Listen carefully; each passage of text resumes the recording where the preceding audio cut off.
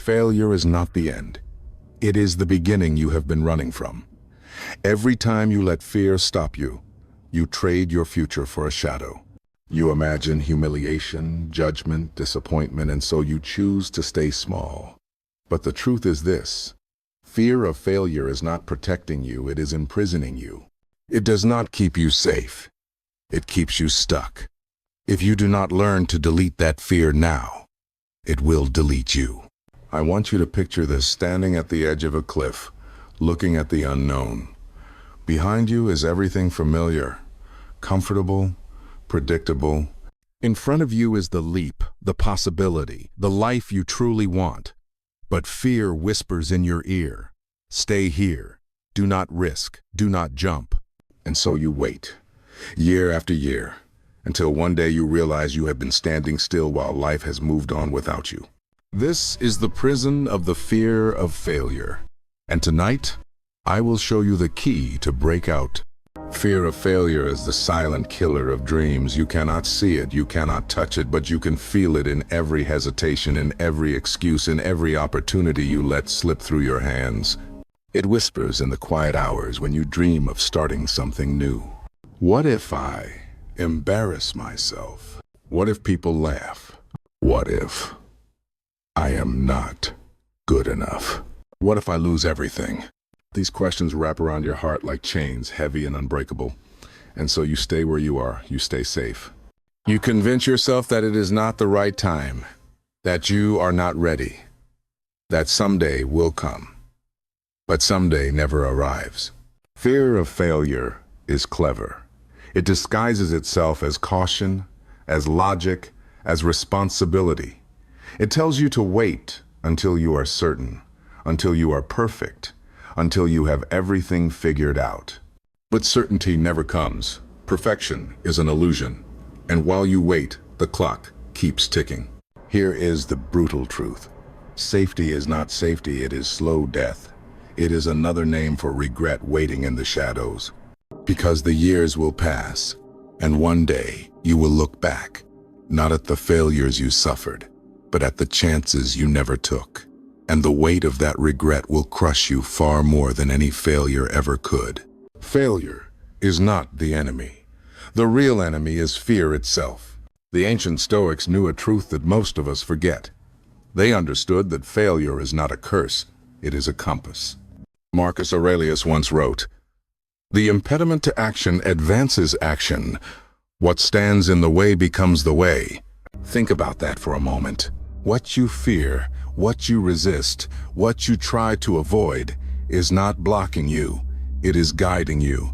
Every failure you experience is not proof that you are unworthy. It is proof that you are in the arena, that you dared to take a step while others only stood in silence. Fear magnifies failure into a monster, but when you look closer, you realize something else. Failure is feedback. It is a teacher that whispers in the language of experience. It says, "Not this way, try another." It does not say stop. It does not say you are worthless. It only says, learn. The Stoics also knew this. Judgment from others is nothing. Epictetus said, "It is not things that disturb us, but our judgments about things." You fear failure not because of the act itself, but because of the stories you tell yourself about what it means. You think failure equals humiliation, rejection, shame. But those are judgments, not truths. The truth is simple. Failure is a moment, not a definition. So here is the insight you must hold on to. Failure is not your enemy. It is your path. Each time you fall, you are not moving backward. You are moving forward, closer to strength, closer to wisdom, closer to who you are meant to be. Let me tell you a story. Thomas Edison failed more than 1,000 times before he created the light bulb. Imagine that. 1,000 attempts, 1,000 nights of frustration, of doubt, of people calling him crazy. But when asked how he endured so much failure, Edison simply said, "I did not fail 1,000 times. I found 1,000 ways that did not work." That is not failure. That is discovery. Or take J.K. Rowling, a single mother living on welfare, rejected by 12 publishers. Each rejection letter told her she was not good enough, that her story would never matter. But she refused to let failure have the final word.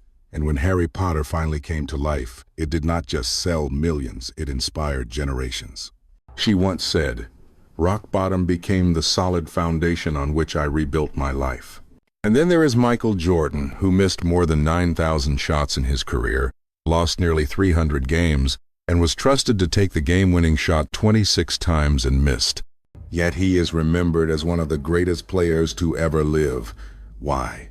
Because he understood that failure is not the opposite of success. Failure is the foundation of success. These stories are not about famous names, they are about a pattern.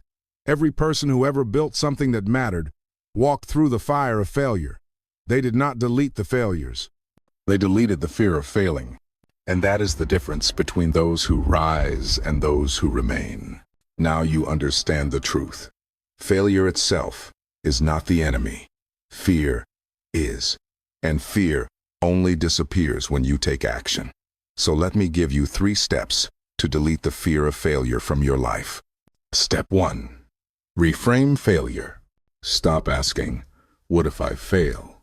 Start asking, "What if I never try?" Most people magnify the risk of failure and forget the pain of regret. The truth is, failure stings for a moment, but regret burns for a lifetime. Reframe every failure as training, not tragedy. Think of it like lifting weights. The struggle is not weakness, it is strength being built.